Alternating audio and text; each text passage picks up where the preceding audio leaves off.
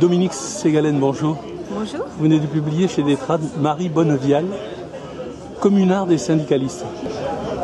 Sur les 270 pages de votre ouvrage, plus de 50% de ces pages sont constituées de citations d'articles de presse. Ma question c'est où avez-vous trouvé ces citations oui. et combien de temps avez-vous dû passer pour ce travail? Oui, j'ai consacré beaucoup de temps à ce travail parce que c'est un travail absolument passionnant, mais il faut faire un travail de fourmi, évidemment, il faut faire des recherches innombrables. La presse se trouve en grande partie numérisée sur les archives de la BNF, la Gallica, et ça permet de lire la presse de l'époque, ce qui est très très intéressant parce que pour chaque événement, on a un angle de vue très différent, selon les journaux qui en ont parlé.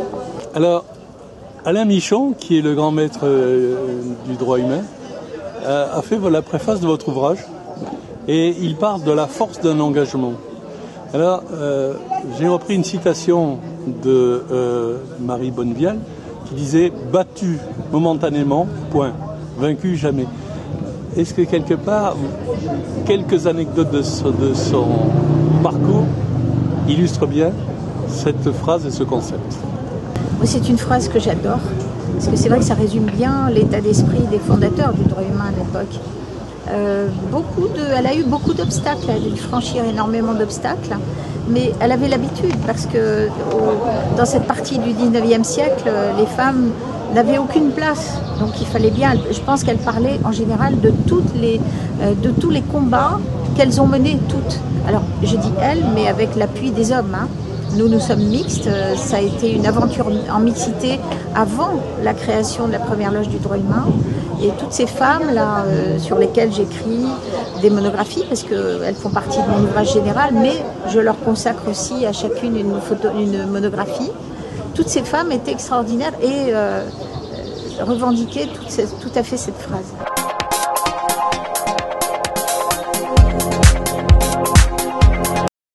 Alors le journal La Fronde a été créé par Marguerite Durand, qui était une journaliste du Figaro, et en 1896 on lui a demandé d'écrire pas un pamphlet mais une critique sur le féminisme.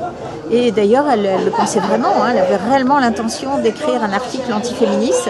Et puis elle s'est rendue au congrès de 1896 justement, dans lequel que présidait Maria Pognon à l'époque, une autre fondatrice du droit humain.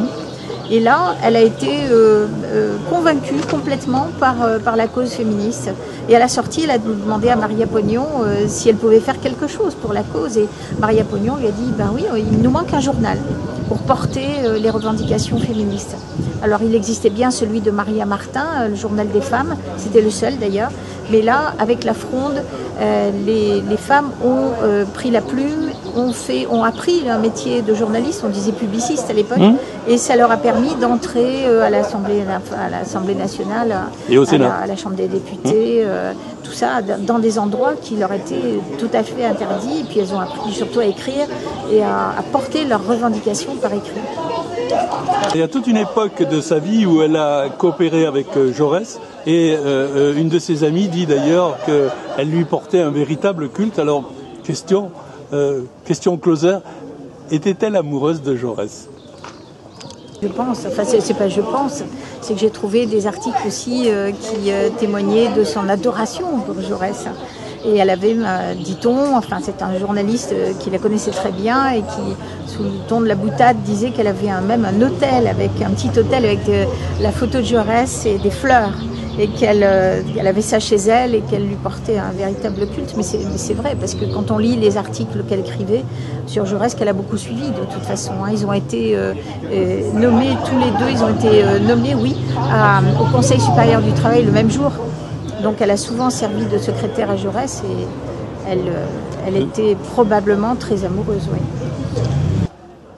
Marie Bonnevial a été initiée le 25 novembre 1894 en maçonnerie. Elle a fait son testament philosophique et 3 points sur ce testament philosophique. Quel but avez-vous? Réponse, m'éclairer aux lumières des frères et des sœurs. Quel devoir pour l'homme et la patrie, pour les hommes et la patrie? Réponse, continuer les traditions de générosité. troisième question, quel devoir envers soi méritait l'estime de nos sens nobles?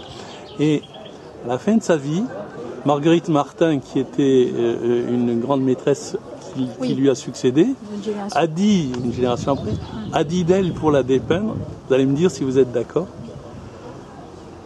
c'était un cœur immense dans une poitrine trop étroite et un corps de Don Quichotte.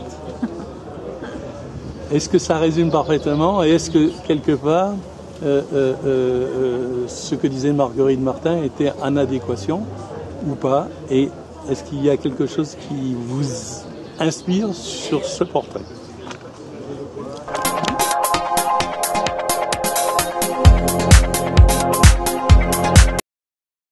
Voilà, c'était Marie Bonnevielle par Dominique Ségalen aux éditions d'Etrade.